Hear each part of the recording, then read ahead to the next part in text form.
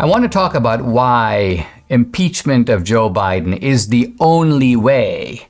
Not to remove Biden from office, because that's going to be really tough to do. Why? Because impeachment would go to the Senate. The Democrats have a narrow majority in the Senate, an effective majority. And so getting rid of Biden that way, you need 60 votes in the Senate. We're not going to have 60 votes. So getting rid of Biden, forget it. That's not going to happen. Now, what you can do is get the knowledge of the corruption of Biden and the whole administration's operating like a mafia to protect Biden and the media going to bat for Biden. How do you overcome that? How do you break through the efforts on the part of the police agencies of government to encircle Biden? Nothing to see here, guys. The media doesn't want to report on it. So the House, which is investigating this matter, now has a problem.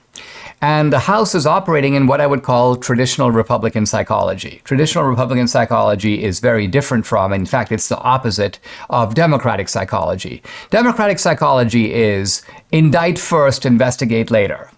Democratic psychology is, if we don't have a crime, let's make one up. Democratic psychology is, if there was no precedent for this, that's okay. Let's create a precedent. Let's do something unprecedented. No president has previously been indicted for hanging on to papers that he took from the White House. That's okay. Let's make Trump the first one to go to jail for that. No president has been impeached for making a phone call referring to corruption that turns out to be real corruption being conducted by Biden. No one denies that Burisma was paying Hunter Biden $83,000 a month. So all that Trump says is, let's look into it. Oh, let's impeach him for that. Why? Because the assumption there was that there's no corruption, and Trump is basically trying to get a foreign leader to to intervene against his rival, namely Joe Biden. So this is how Democrats operate. Republicans operate that and saying, look, we have this evidence. Yeah, there obviously was a bribe. Yeah, the Bidens obviously have enriched themselves through collecting money from foreign entities and foreign governments. Yeah, that's how their net worth went up to tens of millions of dollars. But guess what?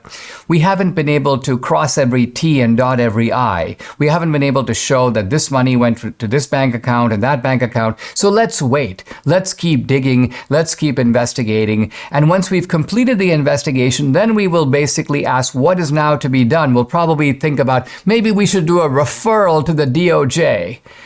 A referral to the DOJ, well, what's the point of that? I'm not saying don't do it, but I'm saying don't do it in the naive hope that Merrick Garland is going to go against his own boss. No, Merrick Garland is kind of like the consigliere in the Corleone family. His job is to protect his boss. And so he's going to ignore it. He might, if he sets up even a special counsel, he's going to pick somebody that he likes who kind of, it's wink, wink, listen, you pretend to investigate, and so on. Nothing will come of it. Biden's term will be over. Then whatever you find is fine, because basically it's not going to matter once Biden is out of the White House anyway. So the point here is that Republicans need a strategy to circumvent the no coverage policy of the media and to circumvent the ability of the police agencies of government to obstruct their inquiries. And there's a simple way to do it. It's called impeachment. Why? Because if you have an impeachment of Joe Biden, there's going to be impeachment hearings in the House, and then there's going to be a massively televised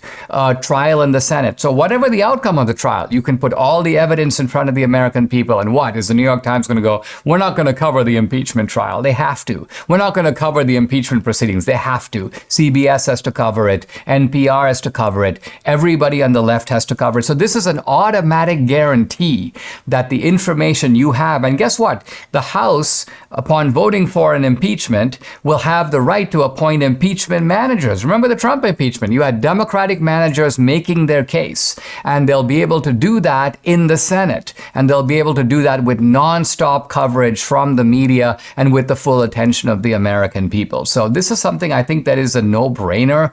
And think of it, what's the reason not to do it? The only reason not to do it is Republicans go, well, we're Republicans. We don't do things this way. Well, guess what? Start doing things this way. The situation is different than in the past. This is no longer kind of a gentleman's argument. We're not two debating societies in this country. We're basically fighting for not just our reputation, not just our presence on social media. The left, if it had its way, would get us banished from our jobs, banished from polite society. They'd have digital currency in which we wouldn't be able to shop at certain high-end stores. Why? Because you know what, Dinesh, you have low social credit.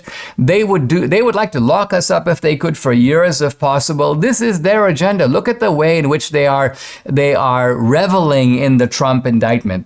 For them to take a man in his late 70s and put him away for 20 years would be like a triumph, a great political victory. So this is who we're dealing with. And so Republicans to act as if this is business as usual not only reflects a kind of astonishing stupidity and naivete, but I think provokes the aggression of the other side. The aggression of the other side is provoked by the namby-pambiness of our side. So my message here to Republicans is sit down with Kevin McCarthy, tie him up if you have to, but certainly prevail on him to open up impeachment proceedings. They should have begun yesterday, but I'll take tomorrow if you guys get on it.